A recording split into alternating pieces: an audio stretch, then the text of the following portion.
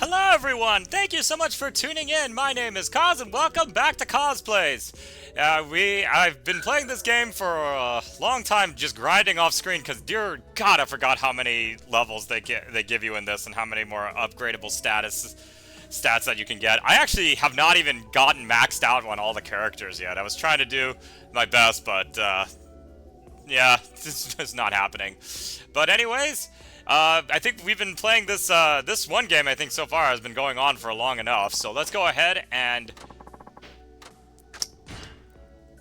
we'll go ahead and rest up for the finale of Yakuza.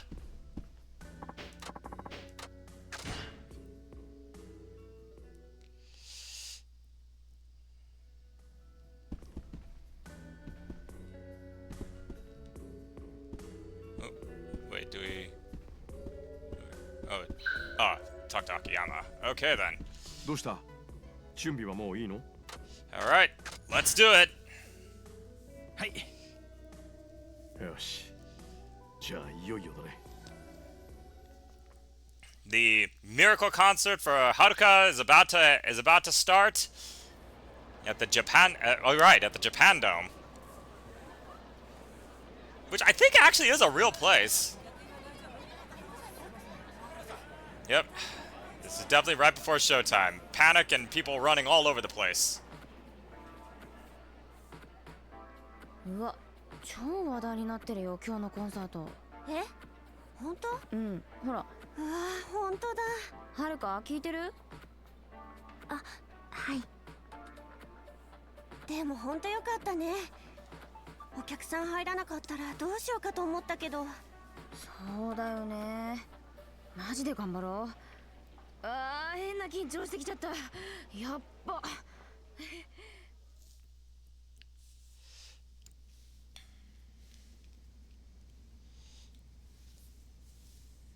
どうしたの、はるか？大丈夫？はい。本番まであと1時間もあるのよ。今から緊張しても仕方ないでしょ。いや、そうじゃなくて。じゃあ何？あ、もしかして彼氏？だったら電話してきたら？まだ時間あるんだし。はるか。If he was her boyfriend, that would be very, very, very disturbing.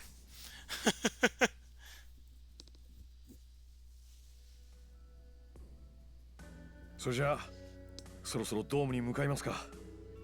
ああ。ちょっと大変よ。どうした？テレビつけて。速報です。本日17時過ぎ、警視庁は東京カムロ町中心部にあるビルミレニアムタワーが何者かによって占拠されたとの発表をしました。犯人は広域指定暴力団東上会の幹部真島五郎氏を人質に最上階に立てこもっているとのことです。繰り返します。本日17時過ぎ、警視庁は東京カムロ町中心部にあるビルミレニアムタワーが何者かによって占拠されたとのどうしますか？コンサートまで時間がありませんが。とにかくミレニアムタワーまで急ぐぞ。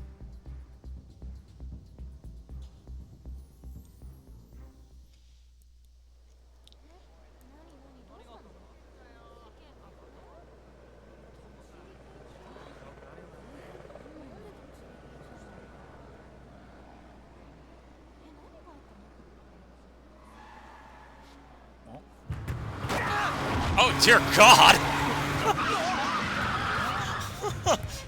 Those guys just straight up hit a random pedestrian. I would think that they'd want to draw less attention to themselves.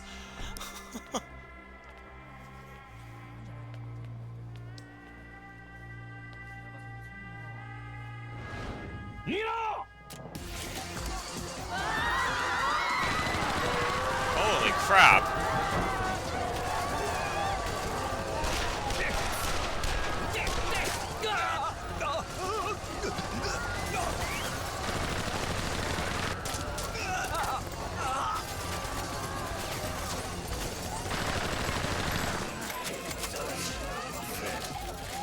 Go while they're reloading.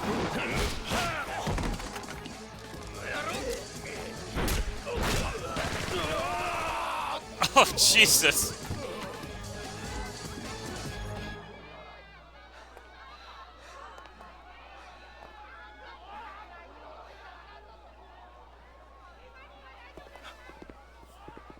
体これは。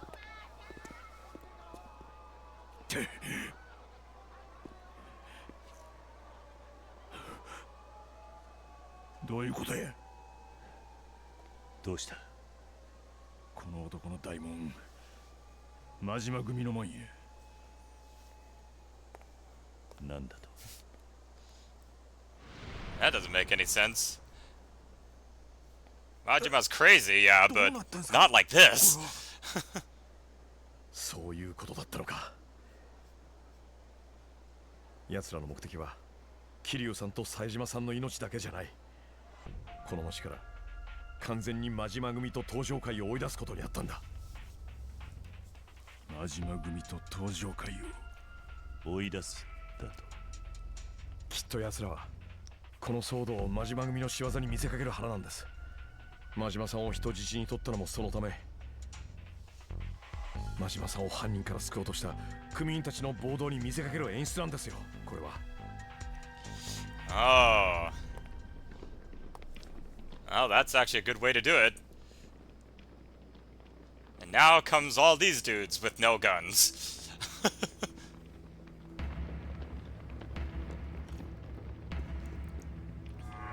Well, the four of them could take them all down. Ah, Kanai. どうしましょうか。このままじゃ真島さんもはるかちゃんも、いやこの町全員の命が危ない。ここでいくら戦っても拉致が開きません。手分けしていくしかないようだな。頼みがある。俺を真島の兄弟のとこに行かせてくれ。冴島さん、兄弟が生きとると分かった以上行かなあかん。一発ぶん殴ってやらんと気が済まんわ。はるかちゃんはどうしますか。俺が行きますよ。それがいい。お前が？ねえ、桐生さんじゃ目立ちすぎますからね。それに俺は球場にも詳しいし、敵に顔もろくに知られてないはずですから。だが間違えば命を落とす危険性もある。お前だけを生かせるわけには。そんなこと言ってられる場合じゃないでしょ。シナだ。俺の夢は元を正せば堂島君にもらったようなものなんです。沢田と甲子園で出会うことがなければ俺の野球人生は20年前に終わってたはずなんだ。だが俺は堂島君に夢を守ってもらった。だから今度は俺が堂島大吾の夢を守る番なんです。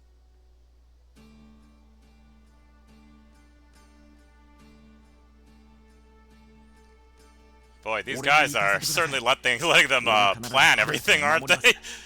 その代わり桐生さんと秋山さんは堂島君が命がけで守ろうとしたこの町、それに東上会を守り抜いてください。お願いします。分かった。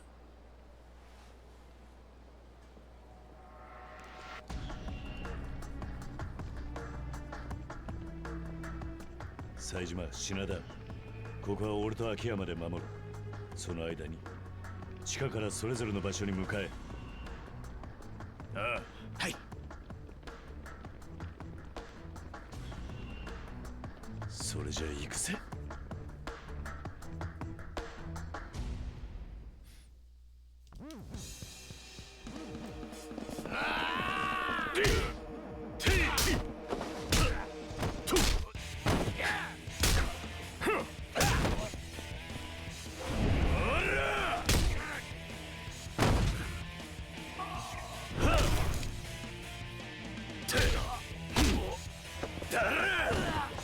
I think any of them would try running for the guns, but...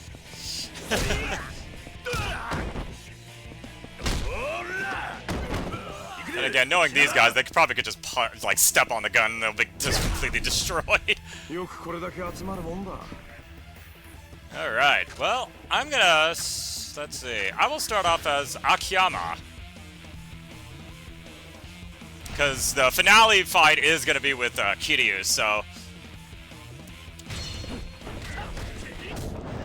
Besides, I didn't actually think that Akiyama didn't have does not have as big of a role in this as like the other games, because like I was noticing that like he doesn't actually have like a side story kind of thing going like that the other characters do, because since they combined his story with Haruka, yeah, he's just kind of, he's almost in a way kind of just along for the ride in this one.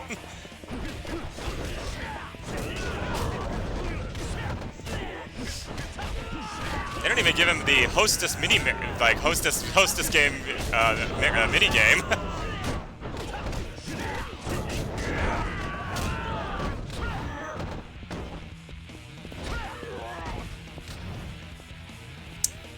Ah, Kanai's stepping up.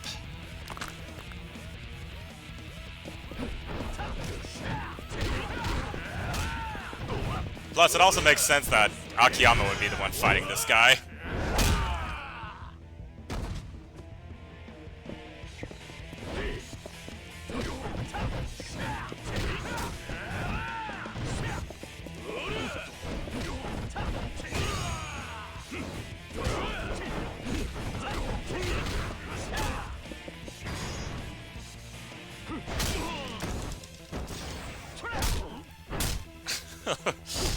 I love how all the soldiers are just kind of waiting on the outside, like, should we help our boss at all, or... Nah, he's got this.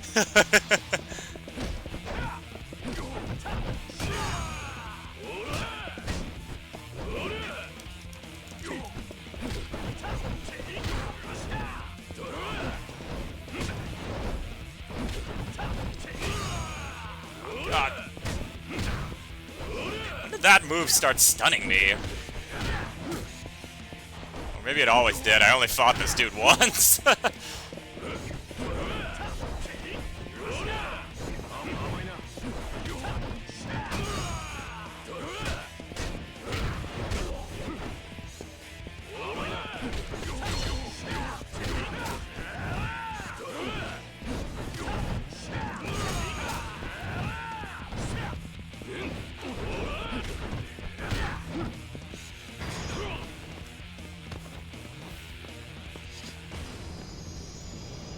Ah.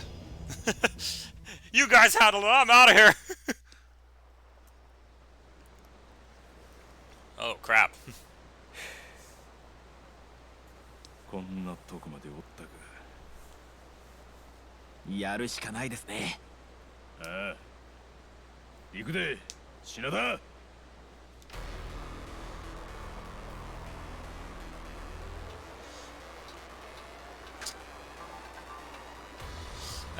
Let's see. We'll go with, you know, I'll go with, Shinada.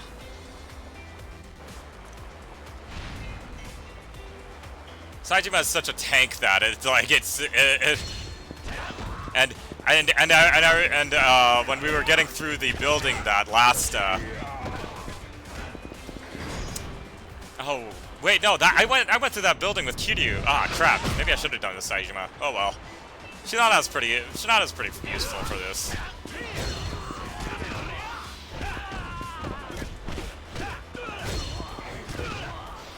Oh, I just realized I did not give him his second health bar. That's one of the things that you get from Tatsuya the chef. I'm not sure I ever really showed him off at all, but at the but like close to the beginning of the game, the celebrity chef Tatsuya comes and meets you and gives you the secrets of eating food. No, I want to do that. Stop attacking me. There we go. Oh.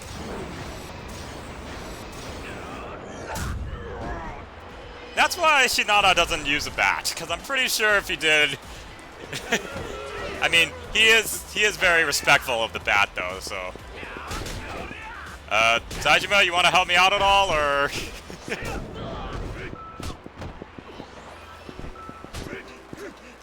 Get off me.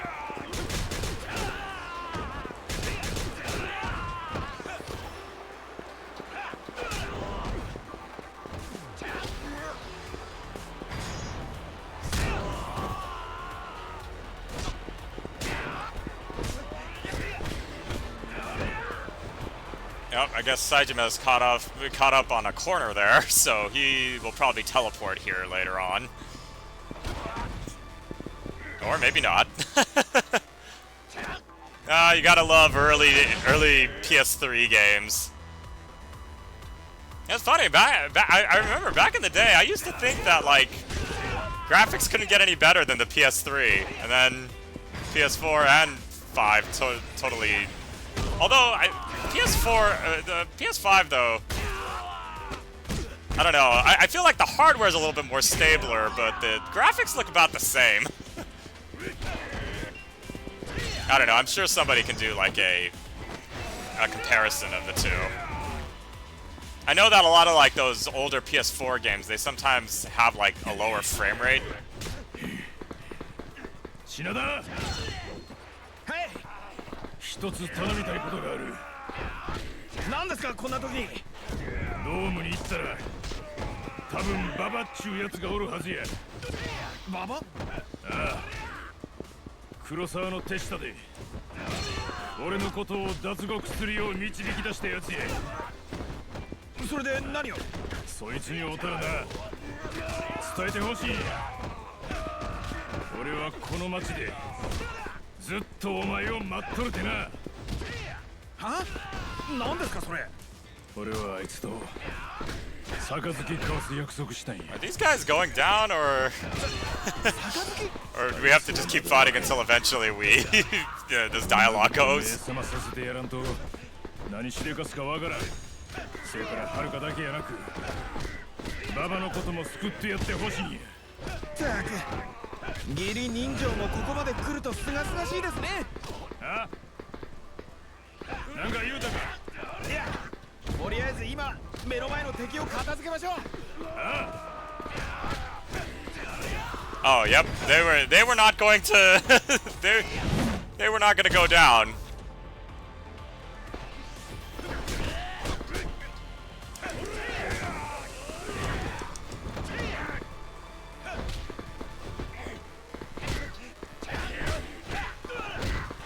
Well, while we were fighting, I saw the movie Mickey 17 today, which was Bong Joon-ho's movie after his follow-up film. Well, not follow-up, I should say. His next film after Parasite. And I gotta say, I very much enjoyed it. I do think it's definitely not as good as Parasite, because, you know, Parasite, it's pretty much... That film's almost nearly perfect in how it's done. So, but yeah, Mickey 17 though was still a pretty fun film.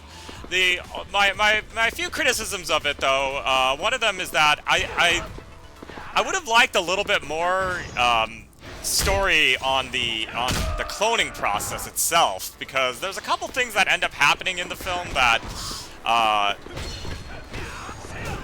that kind of don't really get explained, and I was kind of hoping we'd get a little bit more of that. Plus the kind of message, the, like, you know, messaging in it is definitely not as subtle as it is in Parasite, because Parasite just does it in such a just a more fantastic way. But I have to say though, something though that has been completely been that has been solidified with especially this movie, but pretty much almost every movie he's been in so far, is Robert Pattinson is honestly an incredible actor, and he just is amazing in this. He plays like 3 different roles, so it's kind of incredible.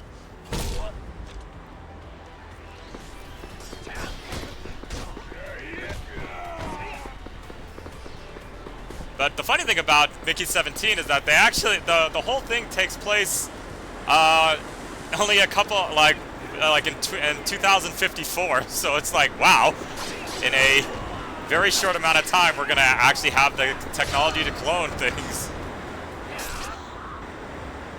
Oh God! Oh God! Oh God! Yeah, that would kill a person. I don't care how tough you are. That would straight up kill someone. But of course, this is Yakuza, where we will smack. I will put a. I will stomp on your face, and you will be okay. Just kind of shaken up after that.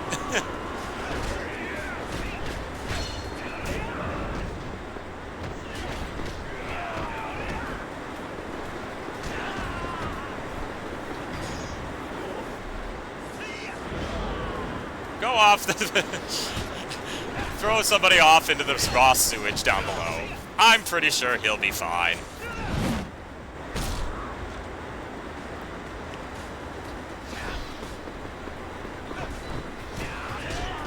Ow.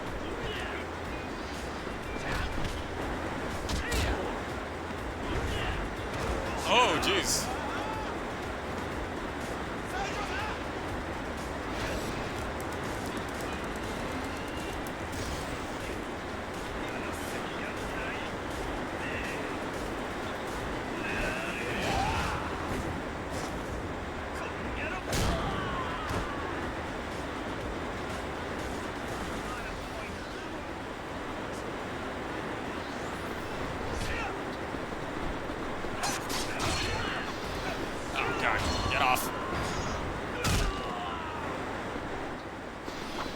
Yeah, this dude's fighting with glasses too, and I just smacked that.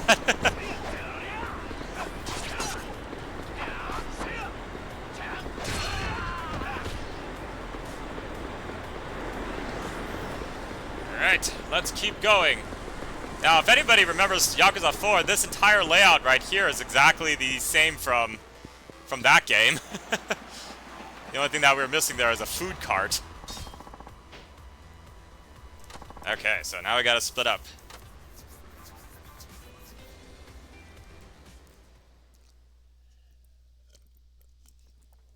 Well, I just realized Saejima kind of went a pretty roundabout way to get back to the Millennium Tower. Aww. Sadly, yeah, it'd be kind of funny if Haruka's final battle was a dance battle or something. Or like this performance you have to do perfectly, otherwise.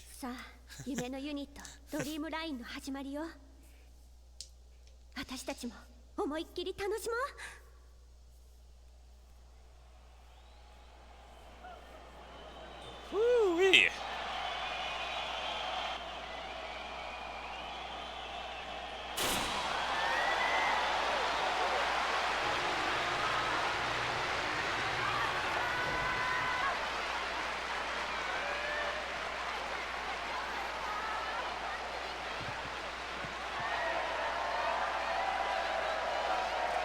All right, play the signature song.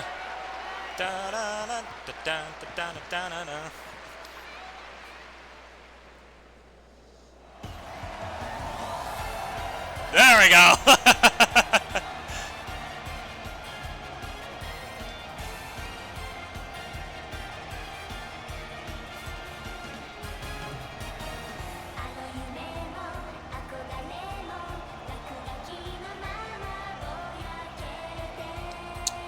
Yeah, you know, like this song, I was always curious if this was like, if this is an original or if this is actually a cover of another song or something. Oh, crap. How has no one noticed the lone dude with the guitar case up here? Oh, God.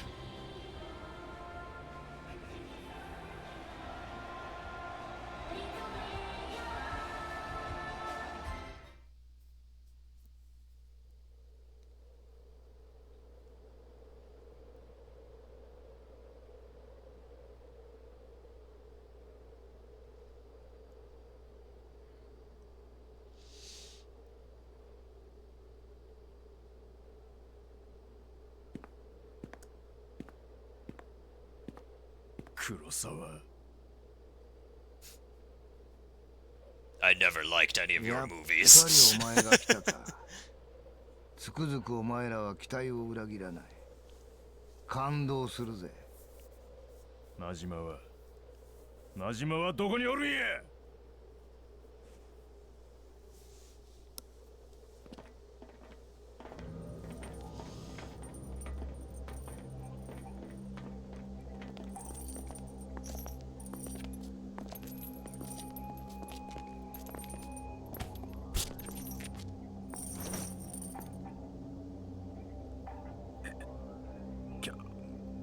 兄弟。真島。堪忍や兄弟。こないなことになってしもて。黒沢、一体これはどういうことなんや。説明せえ。まあそう焦るな。楽しみはこれからなんだからよ。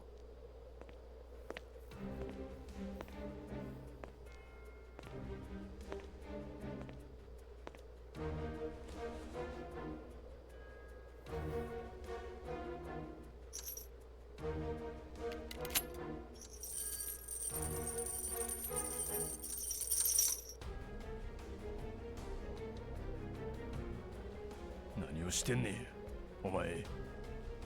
これでいい。おい。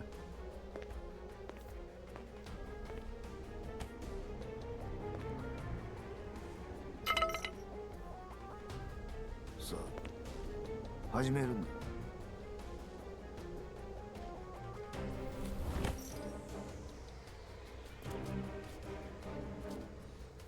What is up with this dude and making people fight to the death? 何してんねん。すまんの兄弟。俺らは殺し合いをせんといかんらしい。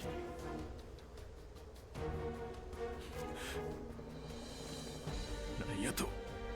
俺にはな、桐生ちゃんの命より大切なもの見捨てることはできんかった。何わけのわからんこと言うとんねんお前。こういうことだ。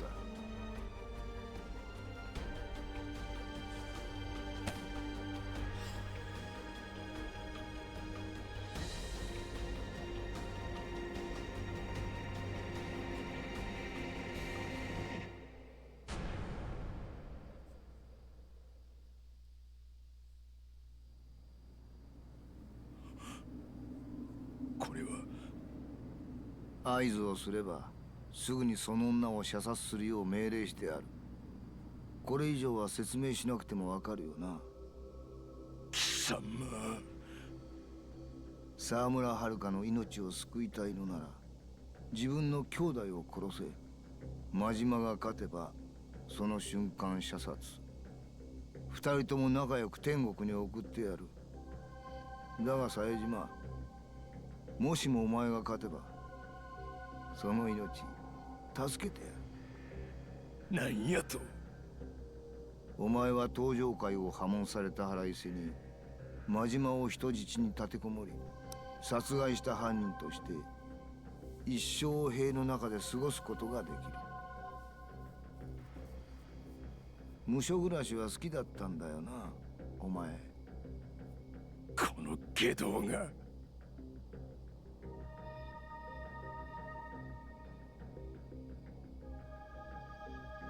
兄弟、やる気なんか。やらんかったら5万人の目の前で夢が散る。俺らが死んだところで悲しむ人間はそうはおらん。答えは一つや。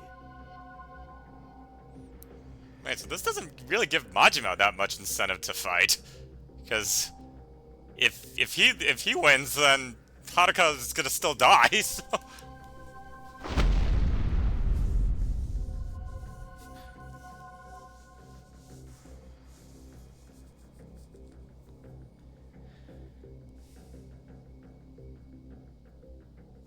お前、そんな体でほんまに俺とやり合うつもりなんか。5分と持たんで。今のお前と俺は力が違いすぎる。お前も言うとったはずや。昔とはちゃう。俺の相手はもうでけへんて。その通り。せやったらなんで。確かに2年前俺はお前の相手ができんかった。それはな、あん時のお前が弱すぎたからや。なんやと。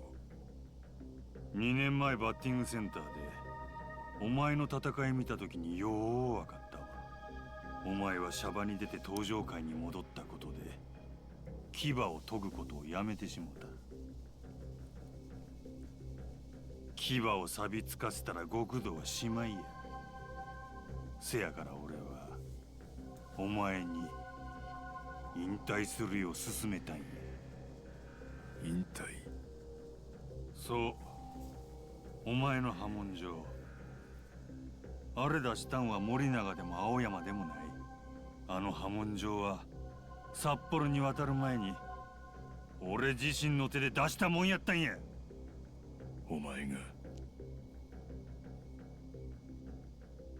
ほんまやったら弱なったお前をこの事件に巻き込むつもりはなかった。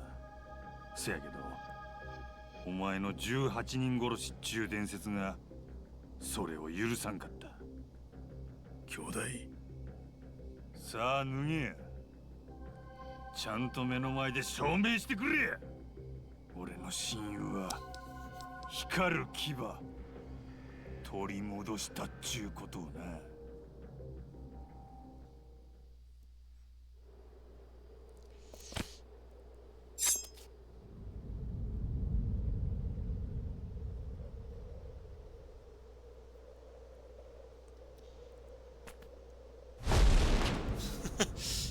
You gotta love how fast they're still able to take off those tops.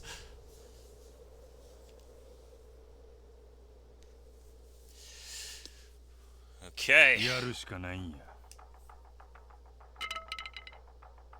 勘弁せや、兄弟。アホが。ここであの子を見殺しにするような男やったら、どのみちわしの方から殺しに行っとったわ。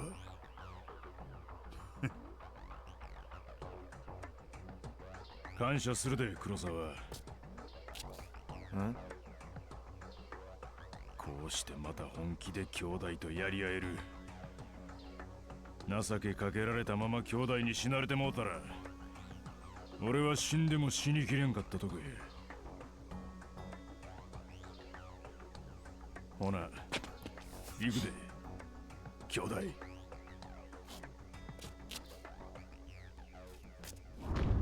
ああ、俺らの最後の喧嘩の花、しっかり咲かせたらやないかい。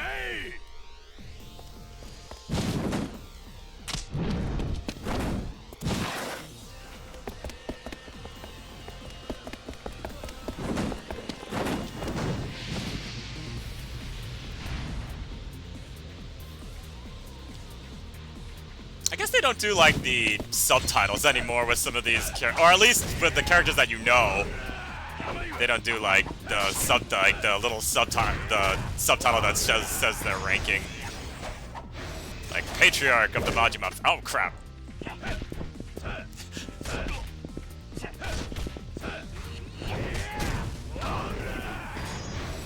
right, let's try that again.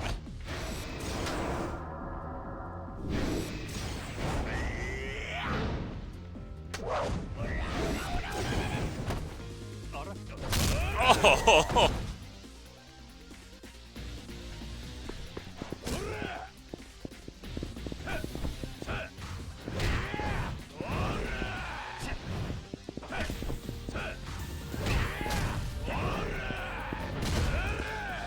Oh, Jesus.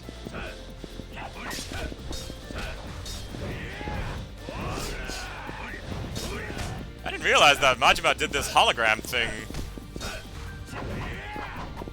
so early on.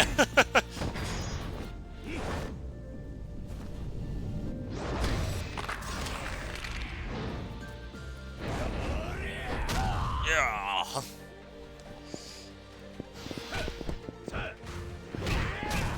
Yeah, it's too bad that like Majima had like such a huge role in the first 3 games, or at least the remastered first 3 games. So like 0, 1, and 2.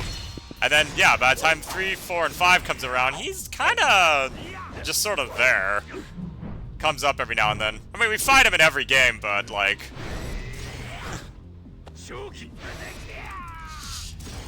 Oh, I'm I'm about to kick your ass! Oh, Jesus.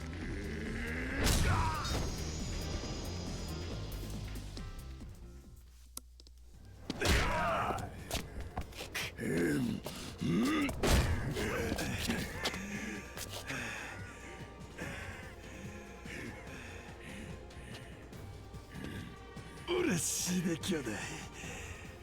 前より若なっとるやないかい。お前もな、兄弟。どうした？もう終わりか？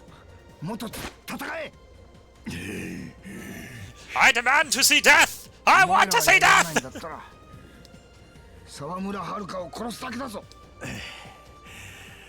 I mean, what's stopping them from just punching the crap out of him? Like...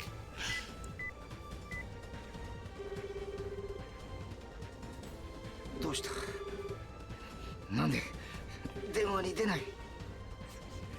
こういうことや。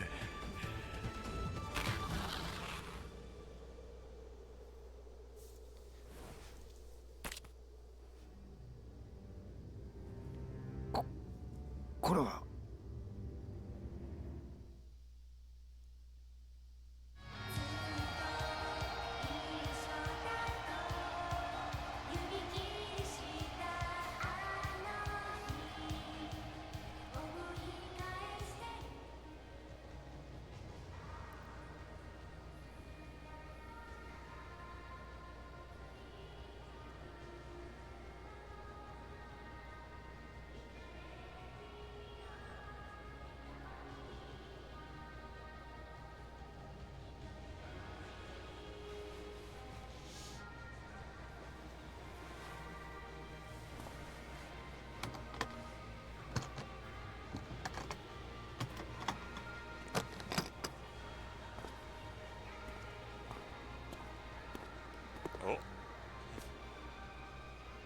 馬場さんだね。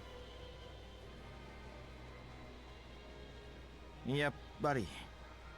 あ、そうか。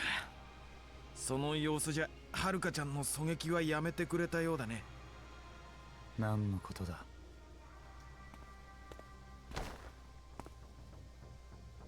カメラ置いてってんじゃねえよ。あ？ちゃんと持って帰れっつってんだよ。ここは普段いろんなチームのスコアラーが必死になって相手チームのサイン盗んでる場所なんだよ。そんな場所にカメラ置いてったら迷惑だろうが。何なんだお前。確かにサイン塔は汚いことかもしれないけど、みんな必死なんだよ、裏方ってのは。あんたこの事件の裏方なんだろ。だったら証拠になるようなもん現場に残すようなことすんじゃねえ。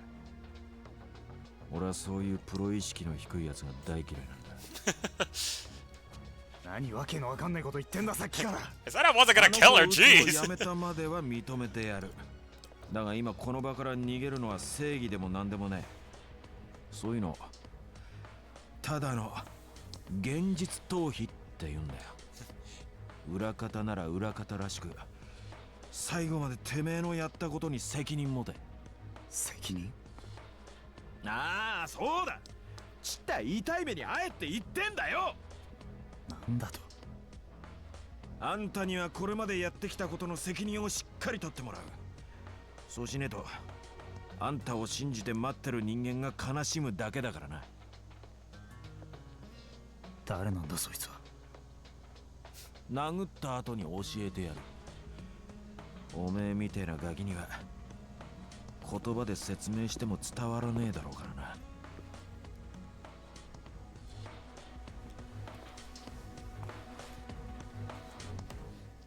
Wow, yeah, this entire section here is really isolated.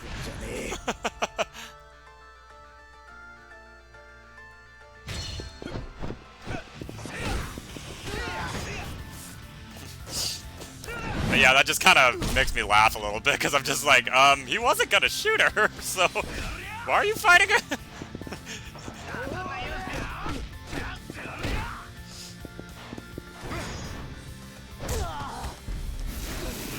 Oh god!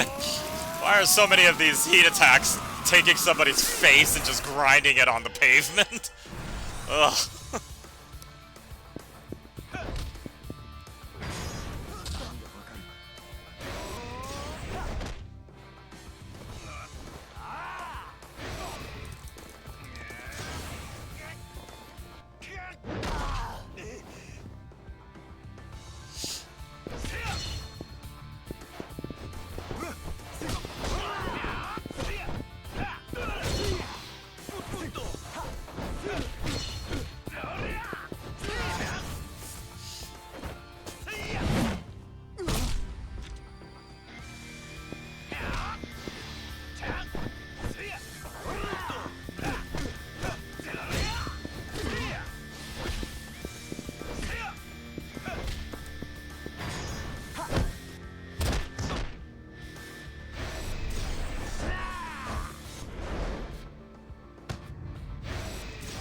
Wow, that's like a straight up capoeira move right there.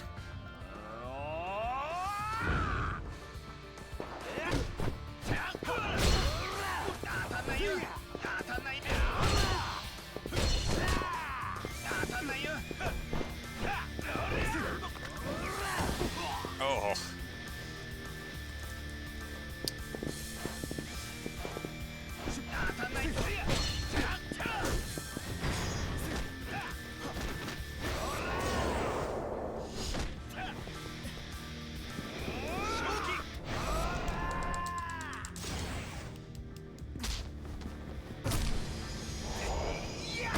Oh. It's kind of funny. There's a in the heat battles that they give off in every single game. Baba is a really hard boss in his in Shinada's battle. I think maybe they probably like increased his damage output or something, because I cannot get past him. He just kicks my ass every time. ちっちゃいな。全然見えねえや。夢の舞台なんて言ったのは客席から見ればこんなもんだってことか。俺もあんなんだったのかな。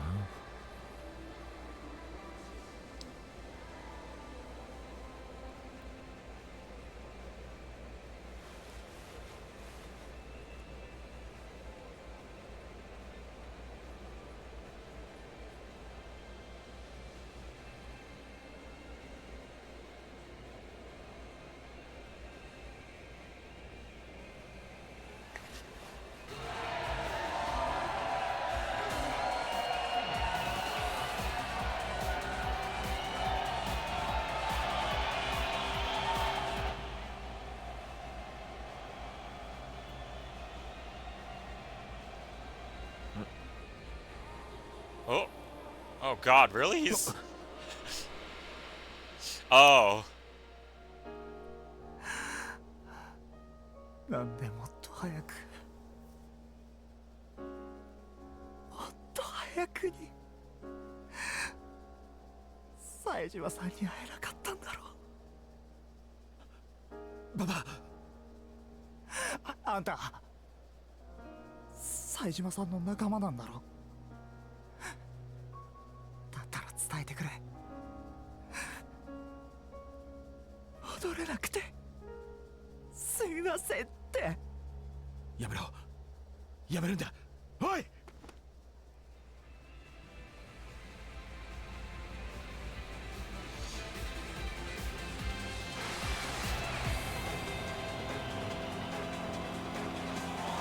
Crap.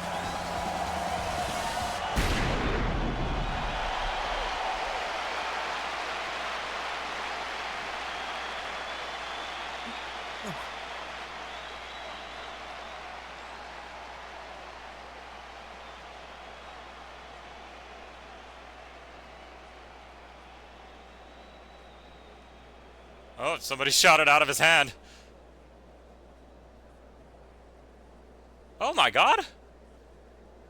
ババちゃん。 This is cellmates.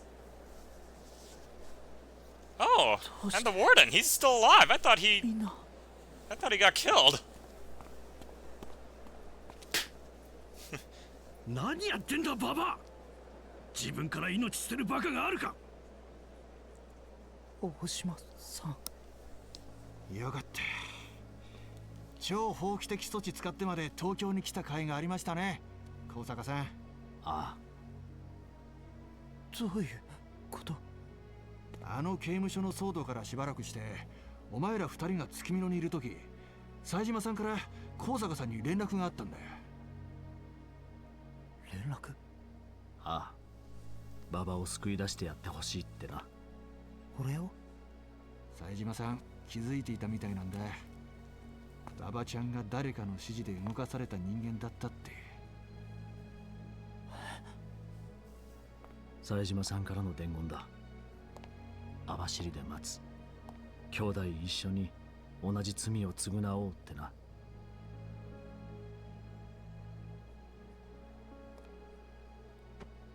帰ろう、馬場。お前には待っている人間がいるんだ。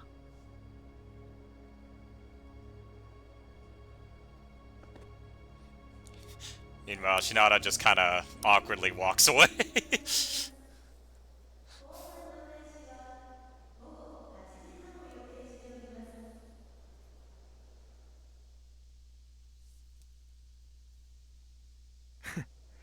あいついいな。戻れる場所があって。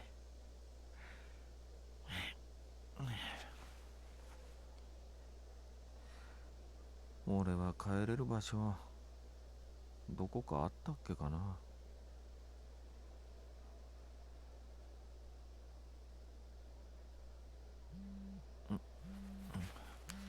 もしもし。東京旅行はどうだ、品田。高杉さん。急にいなくなるからよ。心配したぜ。心配って、もうお金なら返したじゃないですか。そうじゃねえよ。金じゃなくてお前の心配してやってんだよ。え？そういやミルクって風俗嬢の姉ちゃんが釈放されたみたいでな。お前に伝えてほしいことがあるって言ってたわ。ゴムなしベッド90分3000でいいから店に来いってよ。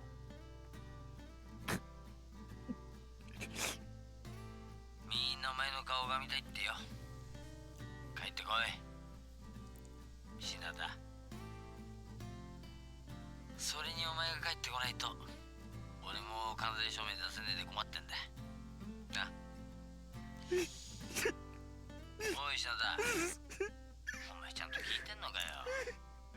おい品田。やっぱ悪い。 Aw, he still has a family of some sort in back in Kinecho. Despite the fact that they tried to kill him, but he still has a family of some sort.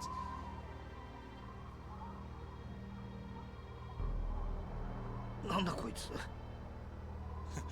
Who the hell is this homeless guy? 失敗したのか。くそ。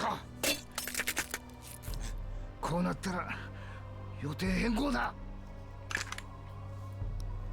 今すぐお前らを殺して。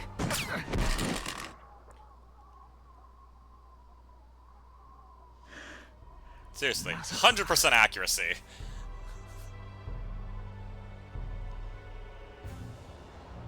Oh, Katsuya's still alive. Wait a minute.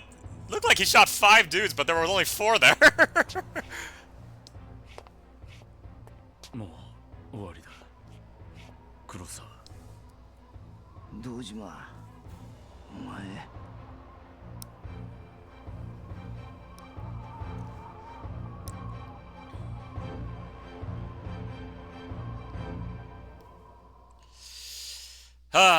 Well, that was Yakuza 5, everyone. No, I'm kidding. There's still quite a bit more to go through, because if you've noticed, Akiyama and Kiryu did not have their final fights yet. さすがにここまで長時間のイベントは初めてだからね。はるかは？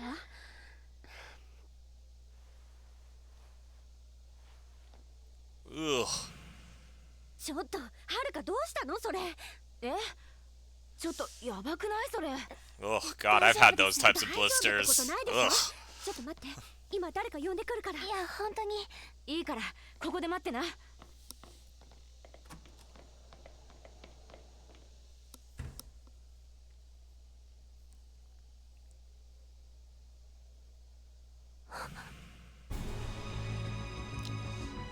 Oh my god, Akiyama and Kiryu are still fighting the guys there. Jesus.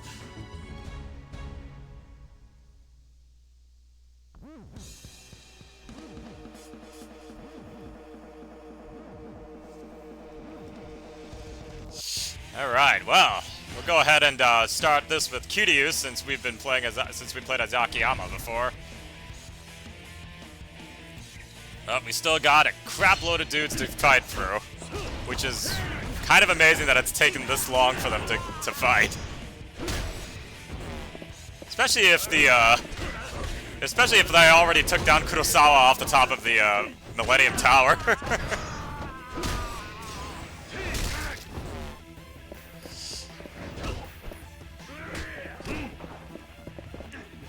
You think with all these guys, yeah, you probably should have sent like maybe 2 or 3 assassins after Haruka just for like one of them being insurance kind of thing. Now I'm just remembering that from Mission Impossible 5.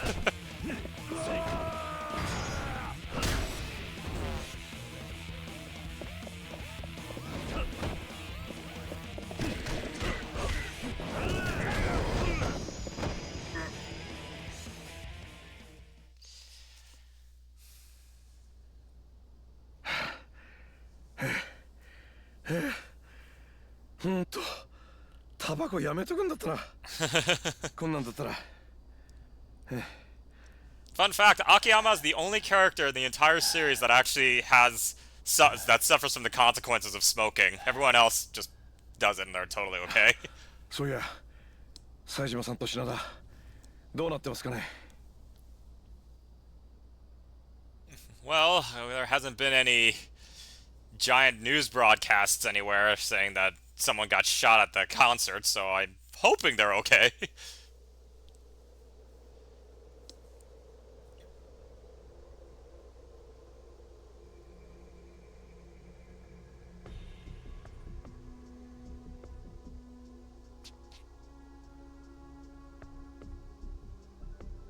Oyaji, あなたの負けです。こうなった以上、潔く負けを。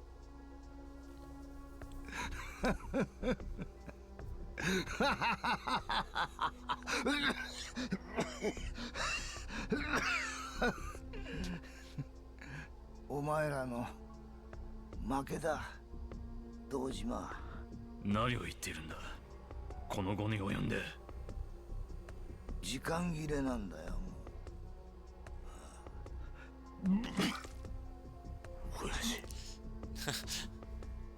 I have commanded my body to die at this very moment, so you won't be able to get your revenge. お前の言った通りだ。もう俺の体は限界だ。それじゃあお前、まさか。そう。あの話は本当だったんだ。俺は本当に末期のガンだったんだよ。親父、そんな体でどうしてこんなことを。どうしてもこの目で見たかったんだ。俺が築き上げた力のすべてをあいつが引き継ぐ瞬間をな。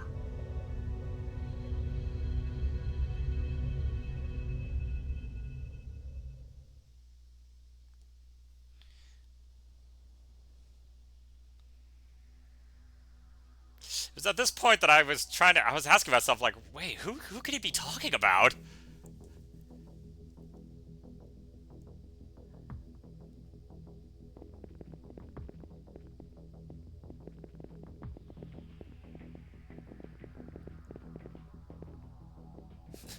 Seriously, all these guys and none of them brought guns. It's just kind of amazing. Ah, Kanai's back. くそ、まだ嫌がったのか。Oh, excuse me guys, I gotta take this. Hello? 俺です。大悟です。大悟。お前意識を取り戻したのか。詳しい説明は後でします。それより黒沢の本当の目的は桐生さんたちの命でもカムロ町でもありません。登場会、それに近江連合そのものをある男に受け渡すためのものだったんです。ある男だと。誰なんだそれは。とにかく今は時間がない。お願いします。今すぐ登場会本部に向かってください。行けば全てがわかるはずです。わかった。ここは任せてください、桐生さん。今すぐ行かなきゃならない場所があるんですよね。だがどっちにしても俺は金井ってバケモンとケリをつける必要があるんです。それに俺はこの町の住人だ。町を壊したあいつらを許してはおけない。ここは俺に譲って。さあ頼んだ。さあこれで俺もこの町の伝説になれるかな。I don't know, you're already kind of a legend being the secret moneylender who just gives people money pretty much.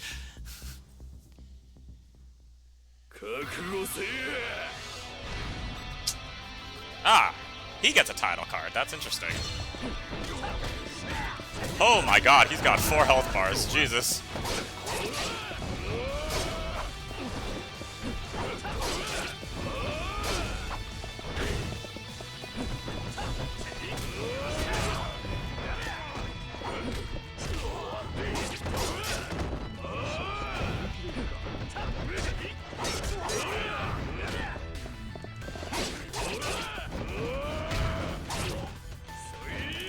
Oh god.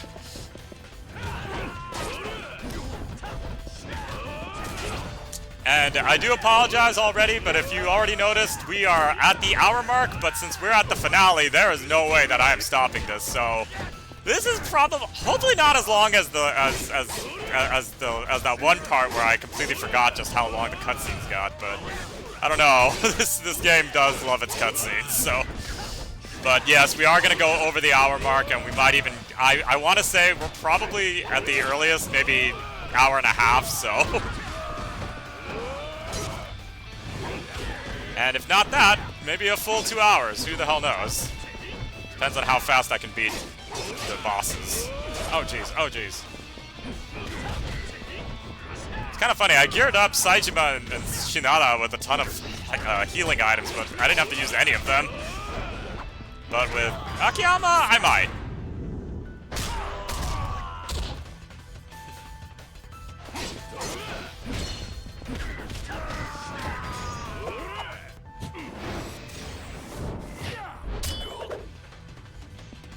Ooh, nice. Now he just has that annoying move.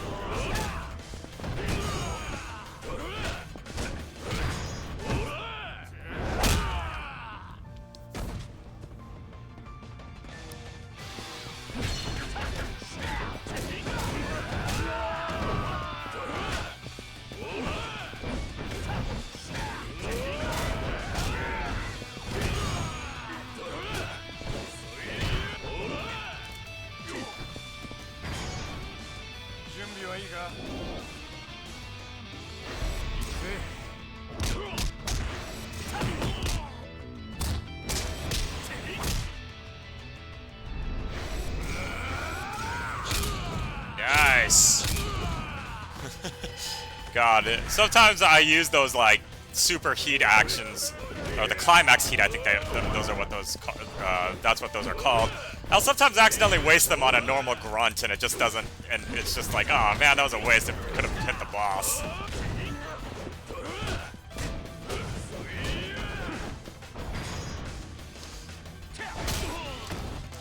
Hell, any heat attack that's wasted on a grunt sometimes does feel kind of like, oh man.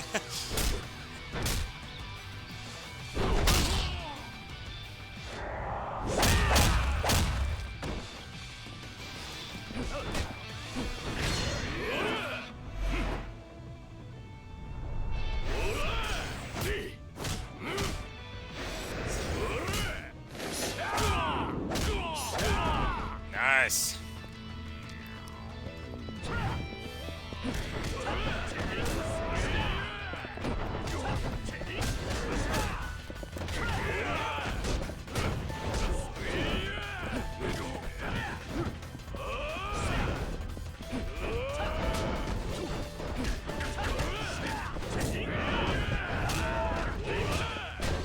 Oh, God.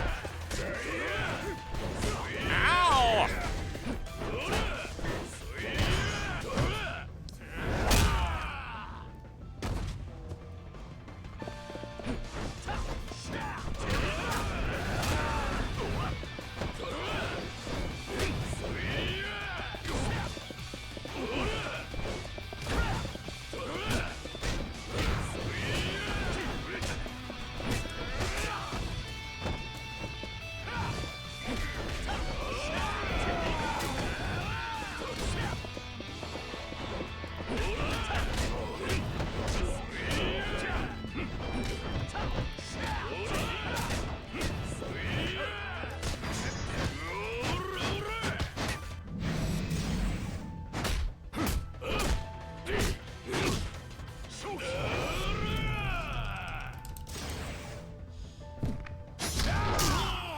Nice. Whew. I didn't have to use any healing items. That was close.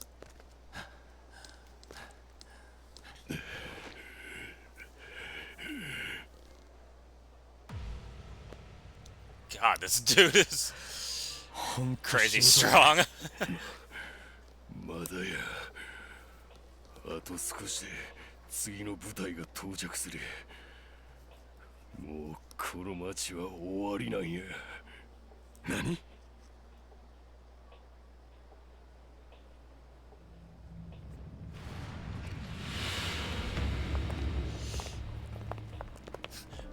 ？Sorry, it took us a while to get here. We were slow walking the whole way. Uh-oh. Oh my God.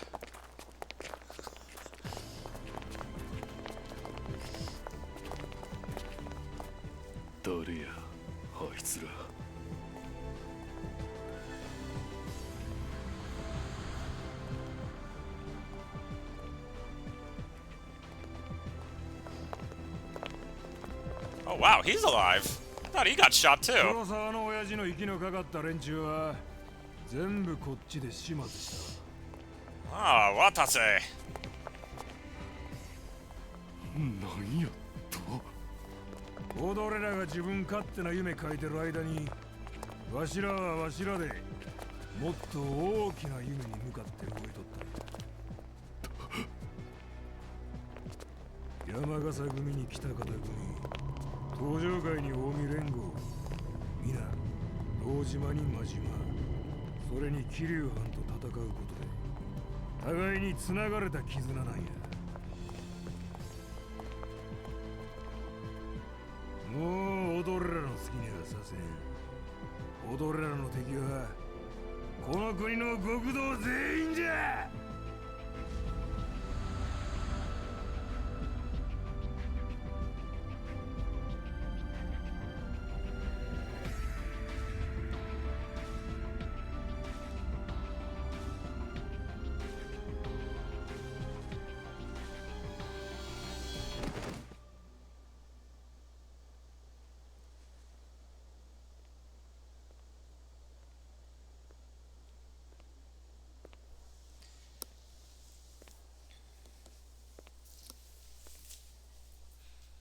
近江連合は今日までただの一度も頭を下げたことがない。それが近江が最強たるゆえんや。せやけど今日だけは頭下げさせてもらう。秋山藩世話になった。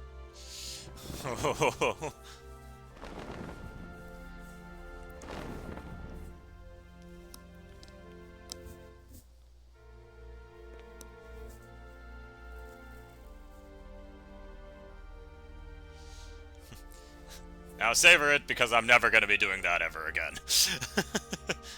どうやただの金貸しが極道の上に立った気分は。いや、あんまりいいもんじゃないね。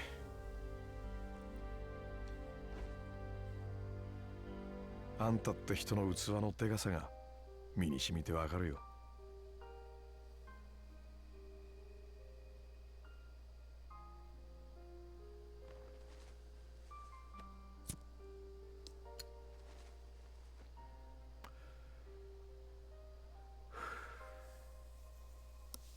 あとは桐生さんがどう締めくくるか。それだけか。Pretty much the game telling you you just got one more battle, player. So hang in there. We know it's long.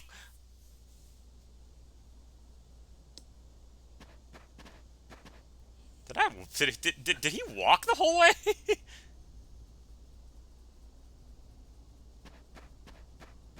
これは東上会直系の組長たち。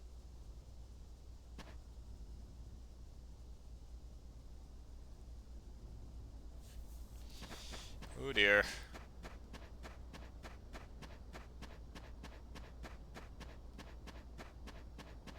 Sheesh. Those are all the patriarchs, but why? Where are all their guards?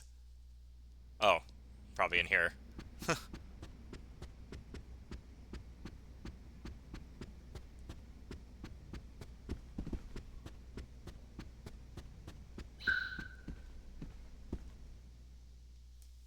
Well, let's see who it is.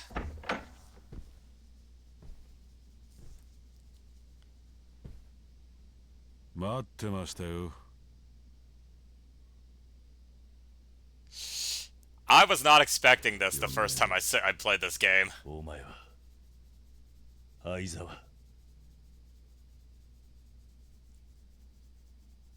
どうしてお前がここに？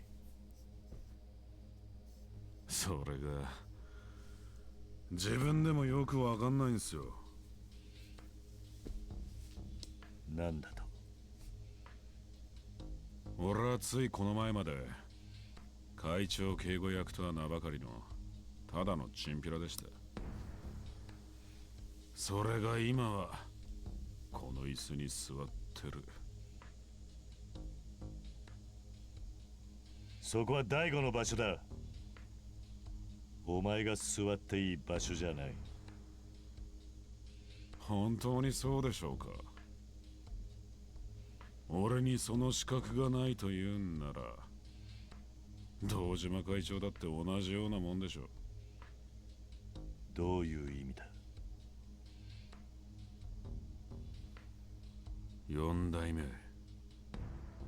あなたは堂島会長が本当に構成員3万人という組織の頂点にいるべき人間だと思ってるんですか？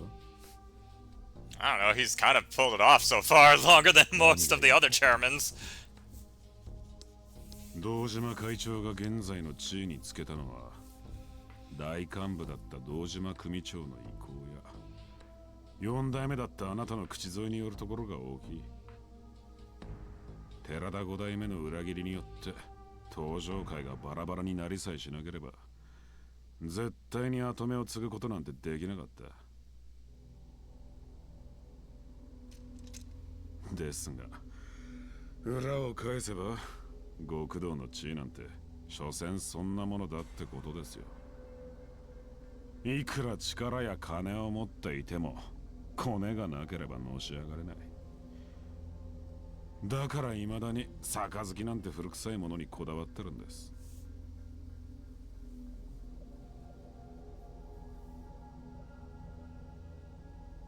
お前と黒沢は一体どういう関係なんだ？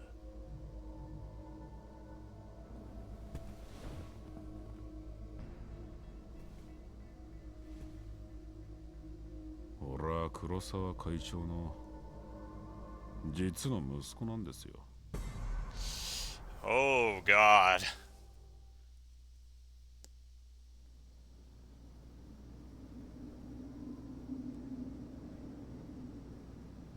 he's not dead yet. あの相沢があんたの息子だったとはな。俺の極道人生は最初からつまずきっぱなしだった。最初に杯交わした親父は四次団体の弱小組織。偉くなるためには人が好んでやらねえような仕事ばかりやってきた。この中に仕事でヘマをした責任を取って他人のクソを食ったことがあるやつがいるか。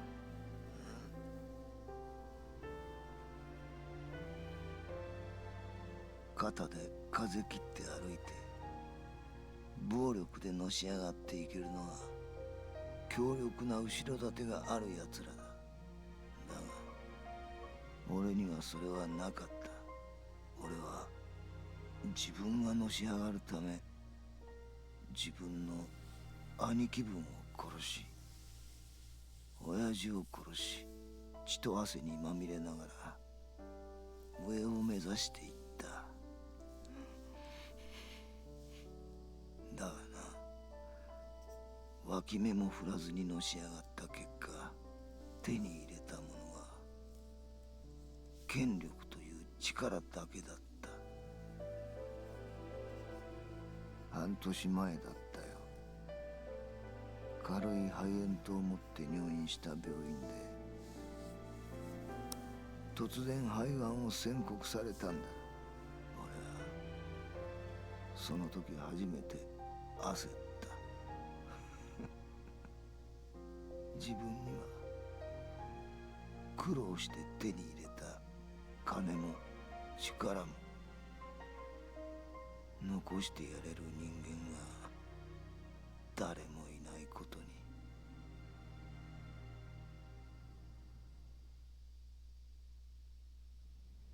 それで黒沢は血のつながったお前に全てを残そうとした。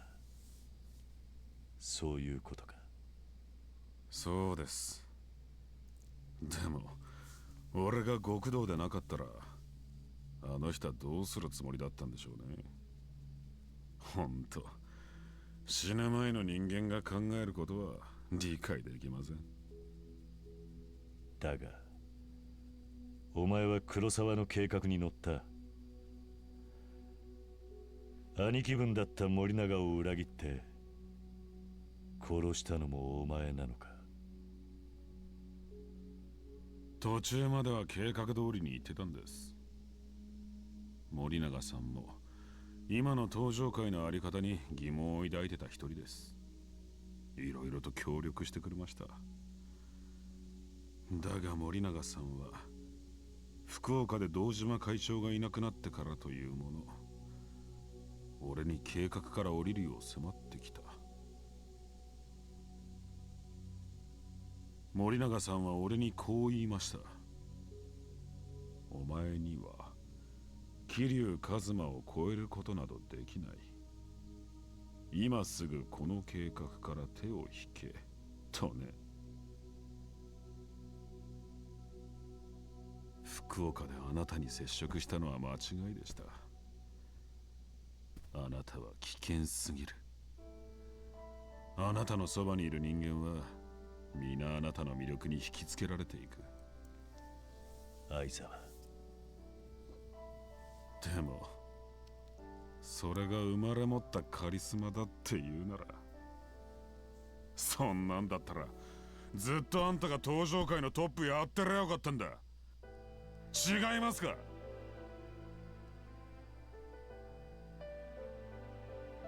家柄、それに才能、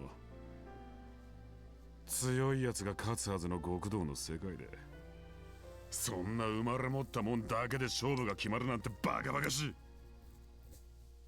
だから俺はあんたたちカリスマと呼ばれる人間が派手に暴れ回る裏で一人自分を鍛え続けた。強いやつが勝つ、それだけを信じてね。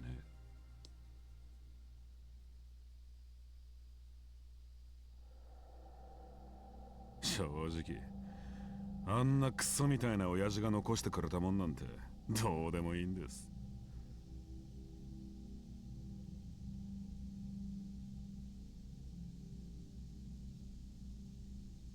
俺は今初めて自分の力で頂点の人間と戦うことができる。あんたに勝てばこの世界のてっぺんに立つことができるのか。それを試したいんですよ。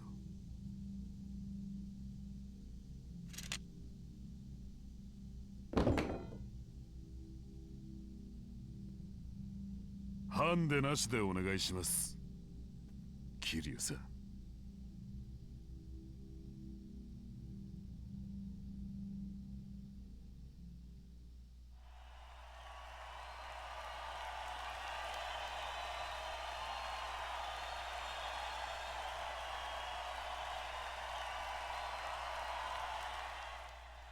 あ後半開始ね。次はいよいよドリームラインのデビュー曲のお披露目よ。気合い入れ直していこうね、あずさ。はるかもいい？次の曲はあなたがメインなんだからね。はるか聞いてる？ありがとうね、舞さん、あずささん。突然どうしちゃったの？行こう、私たちの夢の舞台に。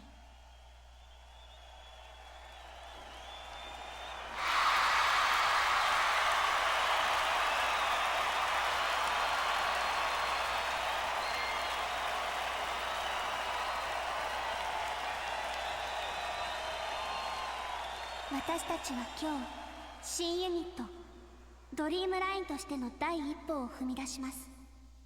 ドリームライン、夢の航路。私たちの歌を聴いてくれた皆さんのもとに少しでも夢が運ばれていくことを願っています。聴いてください、ドリーム。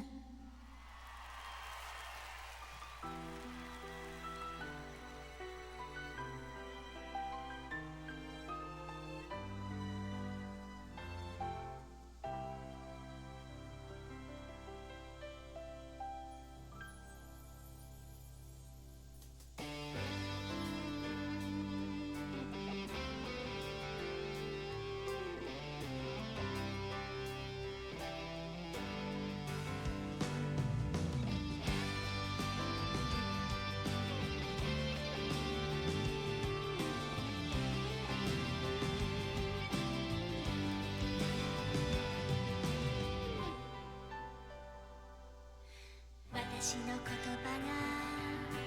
歌うことなら今日あなたに届けたいの。二度と二度と離れないとあなたのそばにいたいから。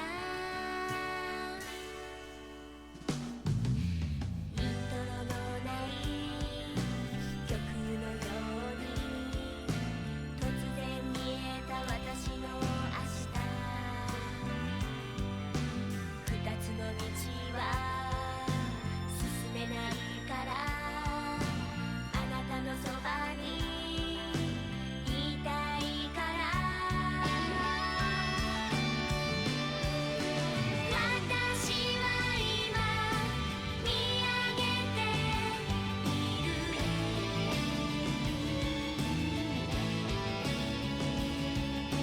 青い空を見つめている。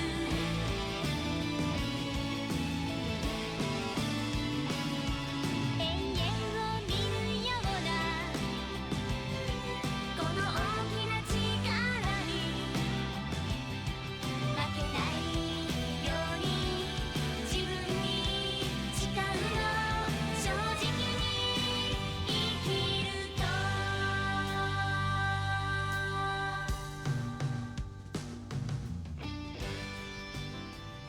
さあ決着をつけましょう。 This song's gonna be the backdrop of us beating the crap out of each other now. 相沢、一つ教えといてやる。何ですか？人間には才のある人間とそうでない人間の2種類がいる。だがな、才のある人間の中に自分の才能だけで強くなったやつは一人もいない。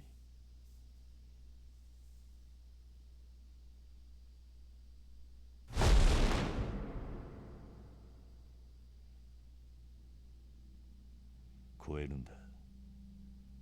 壁を見つけて越えていく。人ってのは乗り越えることでしか成長できねえんだ。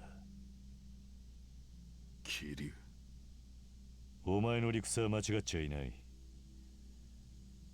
乗り越えるべき壁が俺だというのなら付き合ってやる。二度と乗り越えようとすら思えない力の差、一度だけ味合わせてやる。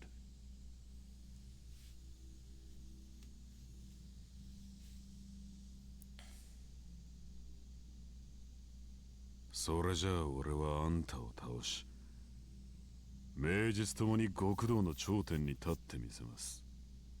ああ、超えてみろ。だが俺も超え続けてきたということをその体に教えてやる。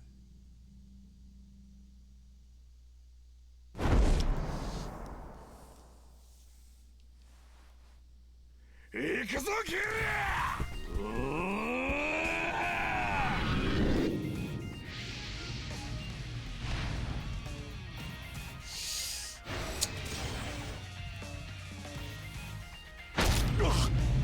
Oh. やりますね。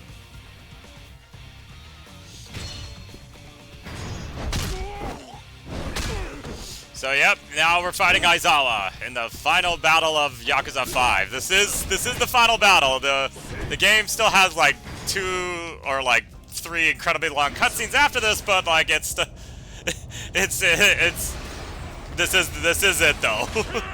Aizawa is the last boss of Yakuza 5, and I again was very surprised when I saw this, because I was just like, man, I did not like a character like this to just all of a sudden come right out of nowhere to be this powerful.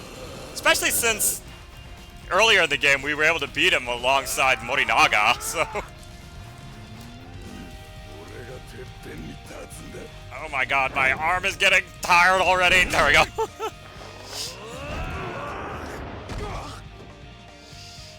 But if you notice, he's got a crap load of health.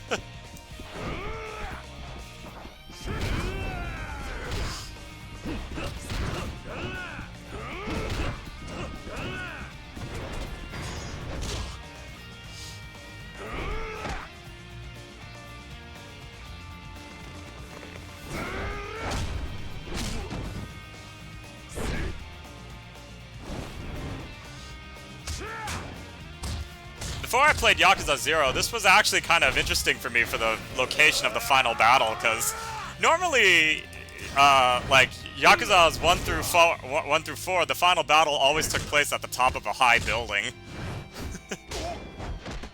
So it was funny, this time I was like, wow, so nobody's gonna fall to their death at this point.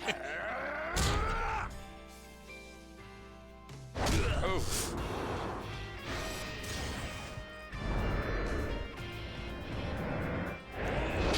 Oh, Jesus.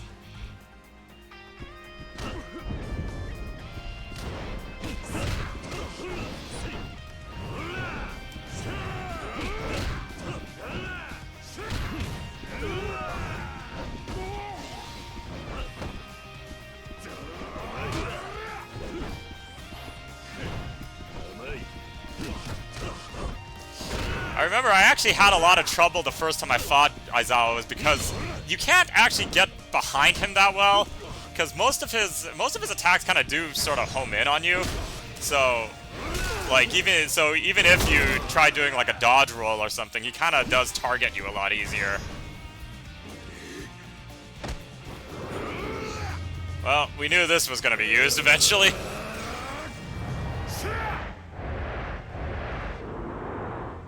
Do a barrel roll.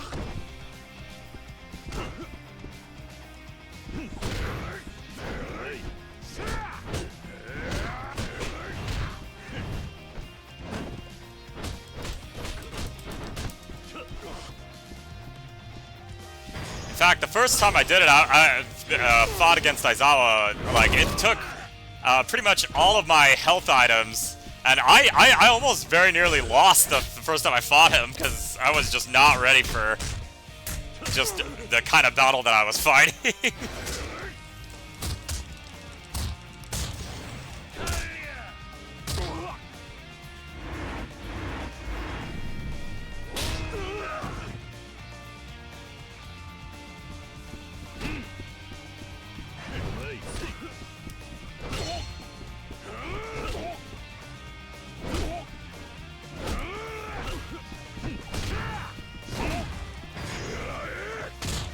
God, every time I try to do the tiger drop, I keep mistiming it and he just does that kick. Oh, crap.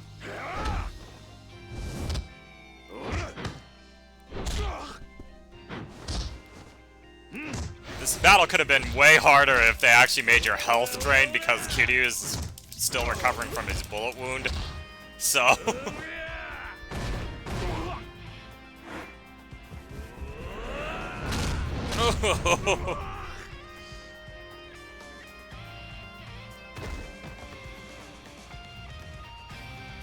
Hey, where'd all the bodies go?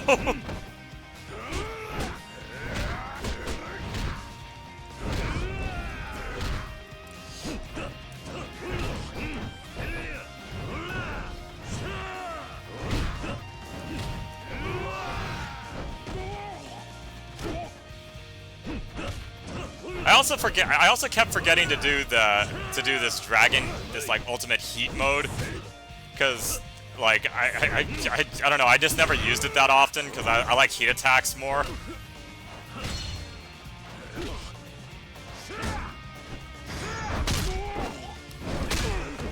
All right, we're almost down. Just 2 more health bars and then he's, oh god.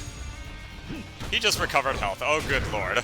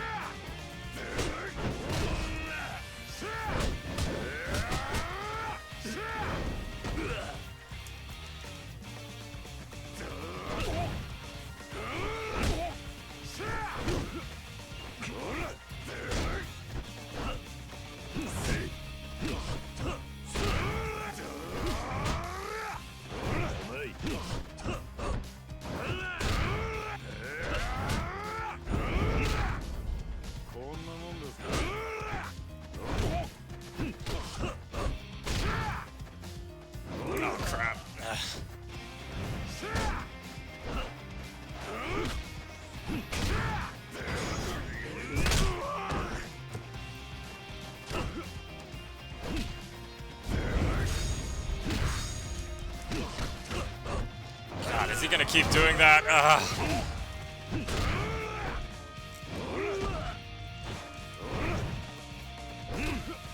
Well, I guess that's probably how the bosses feel when we just pull out a stamina drink.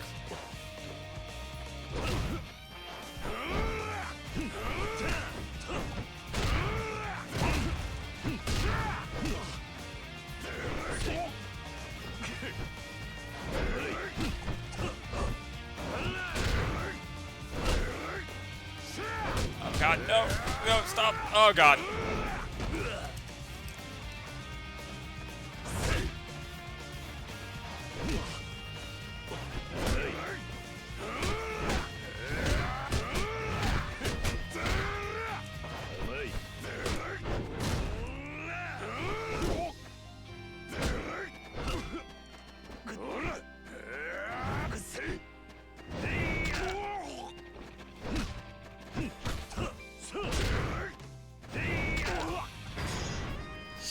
Alright, I think this is it.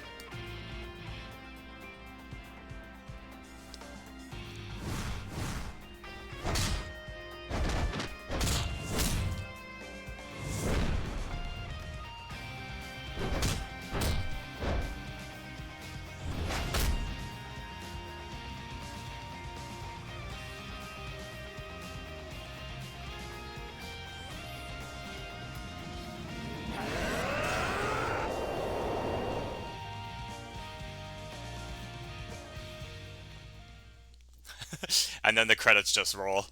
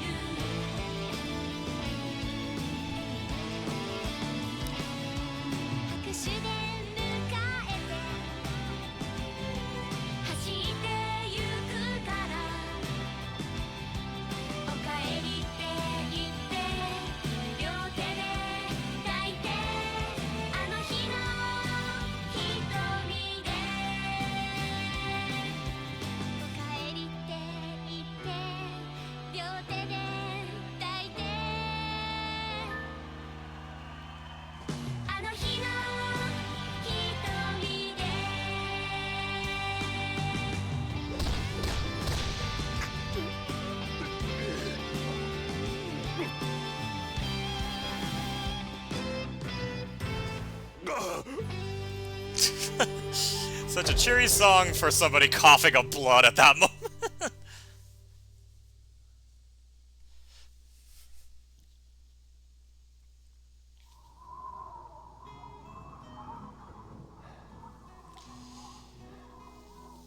這いやがれ相沢。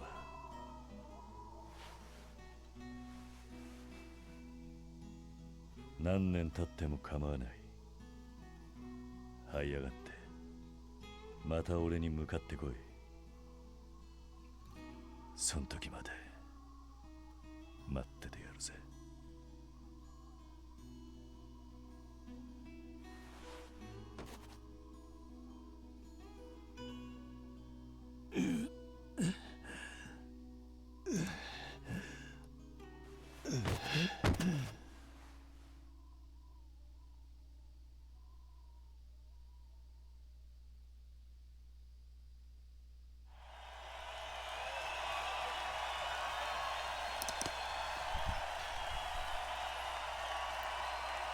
Sadly, like a lot of characters who get spared in the Yakuza series, we will never see Aizawa again.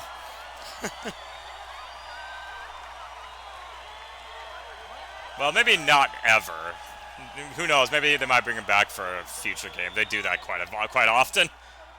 Hell, even with characters who are confirmed dead, they bring back. ちょっと、何やってるの？次の曲始まるわよ。はるか。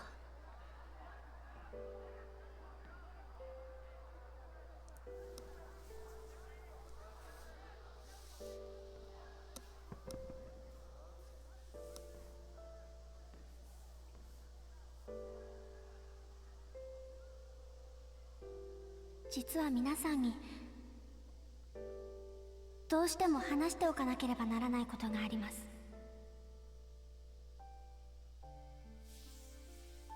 今私がこのステージの上に立てているのは決して自分一人の力ではありません。私を支えてくれた事務所の社長やマネージャー、ダメな私を見捨てずに指導してくれた先生方、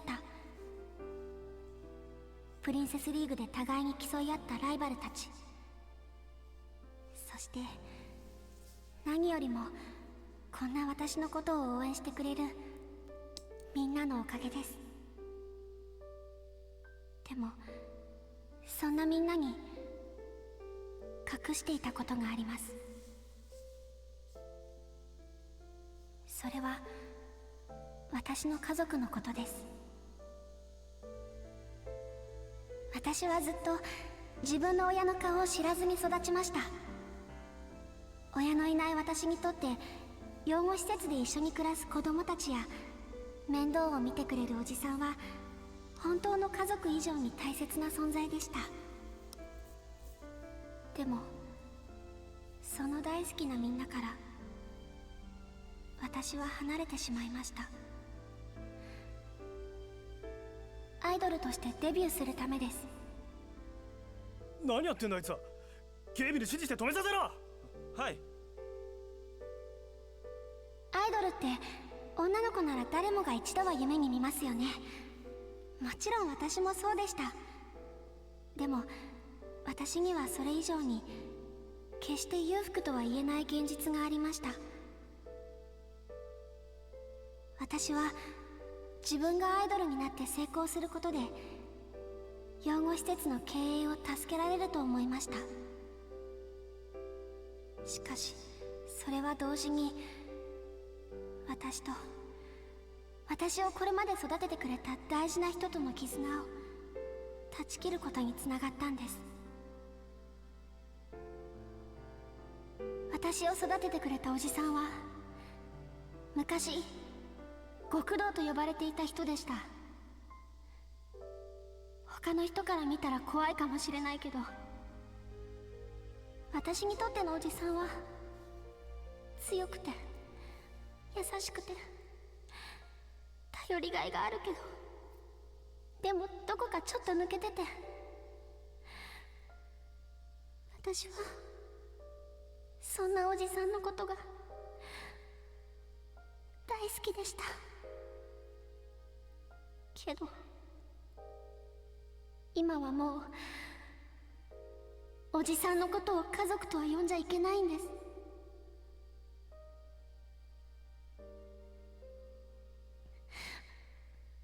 それでも私後悔はしてません。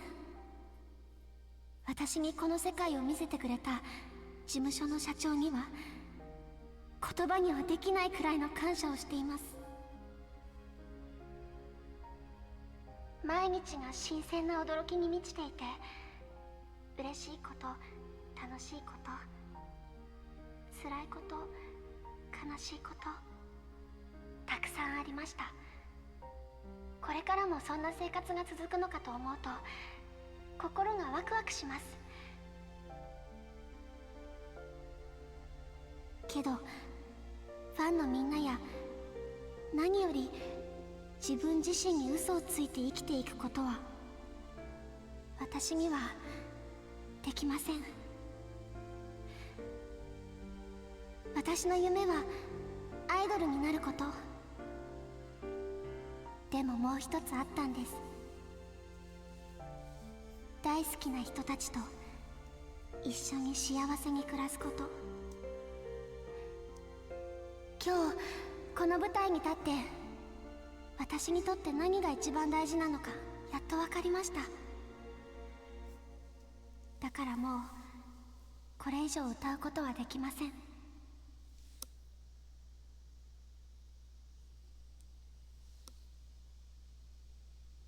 私は桐生一馬の家族です。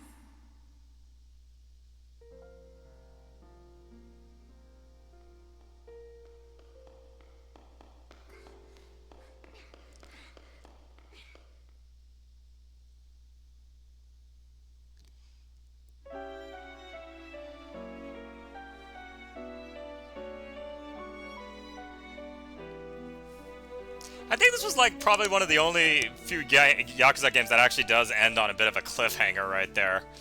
And it was kind of one of those like, oh god, really? After all that? But yeah, so that was Yakuza 5, everyone. I know that I will say, like, one of the things that I do criticize this game for is that it is honestly too long. Like, this game did not need to be as long as it is. A lot of the cutscenes kind of did drag quite a bit, and they did sort of repeat themselves quite a few times.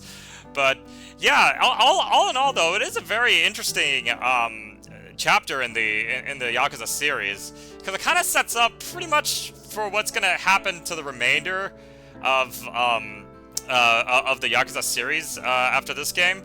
So we aren't entirely done yet. I still do have I still have the final of course the Amon fights that I still need to do for the ending of the game. But yeah, but this essentially is the end of the story mode. In the premium adventure mode, actually, something that's kind of nice is that you can hang out with Haruka as Kiryu, and you actually can go to several different areas and trigger these kind of little events that will and they will have like kind of conversations about like their journeys and everything and how they ended up there. But the downside about it is that technically those events, while they're nice, they're not canon. They're not considered canon, and the reason is because of the fact of actually the post-credits scene after this, as well as how the next game like immediately begins. So yeah, like we don't get this this connection that we want of Kiryu meeting up with Haruka and being able to have like a final moment, but they do get their chances. It's just the game the game series is pretty much from now on gonna tease us with that reunion for the remainder of the series. But in any case, let me this part has gone on for long enough, so let me see if is there a way I can skip. There is not a way I can skip this. Wonderful! Great, so now we gotta yes, so there is a post-credit scene, so I can't, and yeah, it sucks that I can't actually make it go faster. Ugh. I feel like, you know, as much as it is nice to have, like, you know, the credits and sitting there and watching and seeing all the people who worked so hard on the game and everything, sometimes I do kind of think it would be nice if you took that out in that way, especially if we've beaten the game before. We don't have to sit through the credits all the way through again. But yeah, so yeah, I guess we'll just let this play for now. So hopefully it's not super long, but knowing the way that the game has been going so far, it's probably still gonna be pretty long.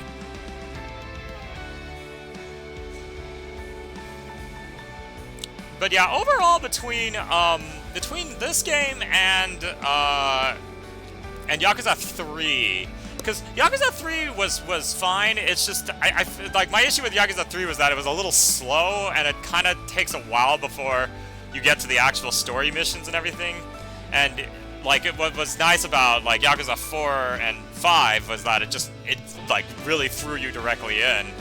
But the downside with 4 and 5 was that then they threw in a bunch of new characters, new families, new rivalries, and all these other people and everything, and it's just like, it's hard to keep track of all of them. But honestly, there's so many names and families in this game that it actually still, it's even hard for me to keep track of, even though I've played the game several times now.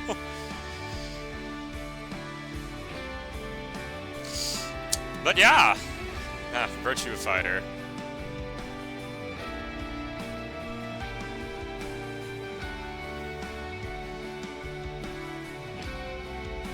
Which is actually a game that I forgot that Sega made, so you can play Virtua Fighter in pretty much all the Yakuza games.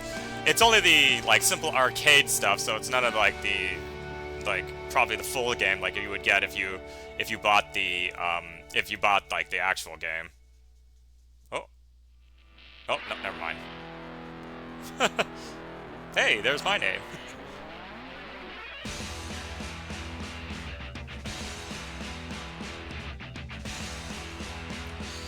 But I think I'm pretty sure the credits are gonna be kind of closing to an end soon.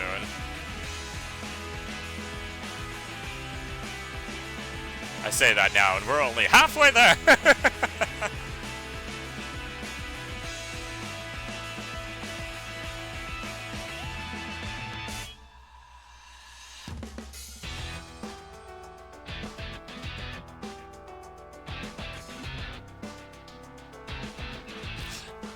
Yeah, so also you'll notice that there are a couple of names that we actually see throughout the game as well, like Don Quixote and Zuburoya, because those are actual places that you can visit in Japan, and I actually did not know that. So when I saw my first ever Pronto Cafe in Japan, I like freaked out, and my family was like, "Why? What's so big deal about this?" And I'm like, "It's because this is something that I didn't think was real."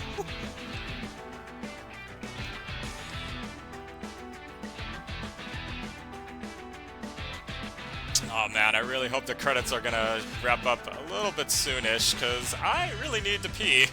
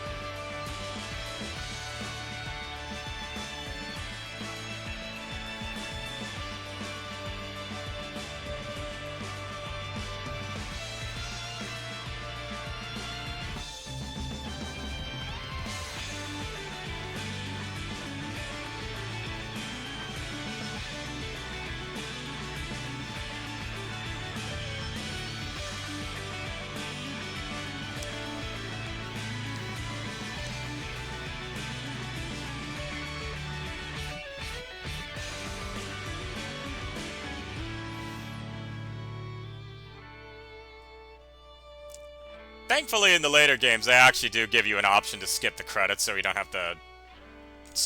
have to sit each time when it plays. I will say, I think that's actually something that kind of keeps me from replaying some games, is if I can't skip the credits, because it's like, oh god, it's been playing so long that my controller's about to die. But yep. I, again, apologize for the length of this episode. I did not expect it to go as long as it did, but... just get used to it. It's something that's going to end up happening for the rest of the series.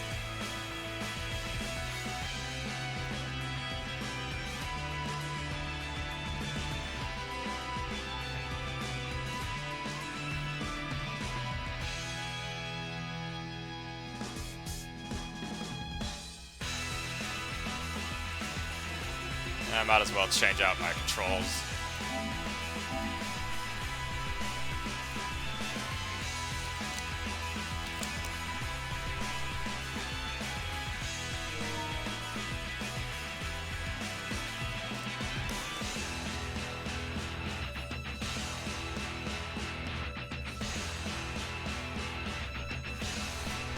Oh, I think that's it.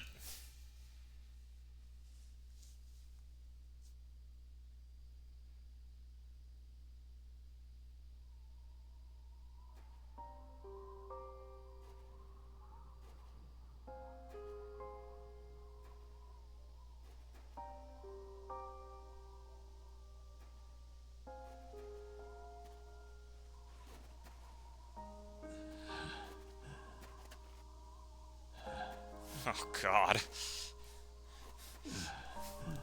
Couldn't find a taxi at this hour? Well, I guess maybe because it's snowing, but...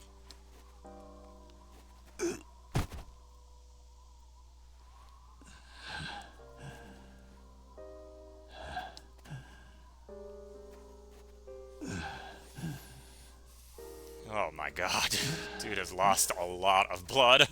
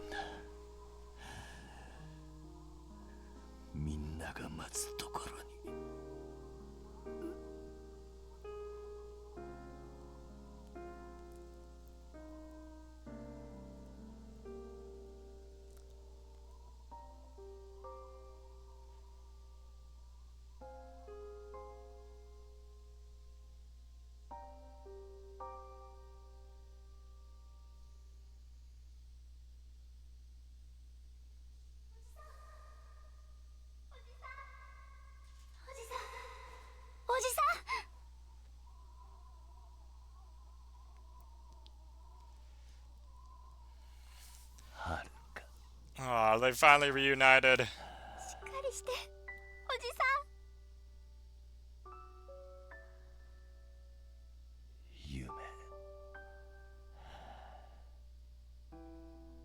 夢じゃないのか。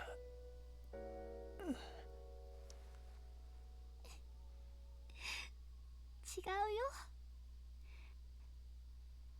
私はここにいるよ。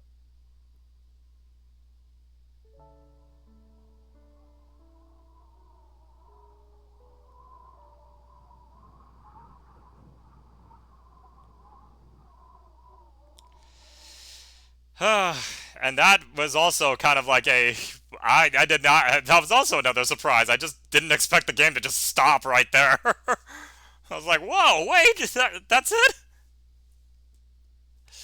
Oh man, that was... Oh god, that was a lot of, that was a long playthrough. Look at that, almost 100 hours just to get through this. Nice. All right. Legend difficulty has been unlocked. All right. So yes. So we do still have some things to do in Yakuza 5. So we're not completely done with the game yet. But I will be back on Thursday. But I'm actually going to be I'm actually going to be breaking up the Yakuza streams for a little bit by playing something else, a shorter game on my Steam that I actually have not played before. But in any case, I hope to see you on Thursday. So thank you so much for tuning in, and I will see you next time. Take care!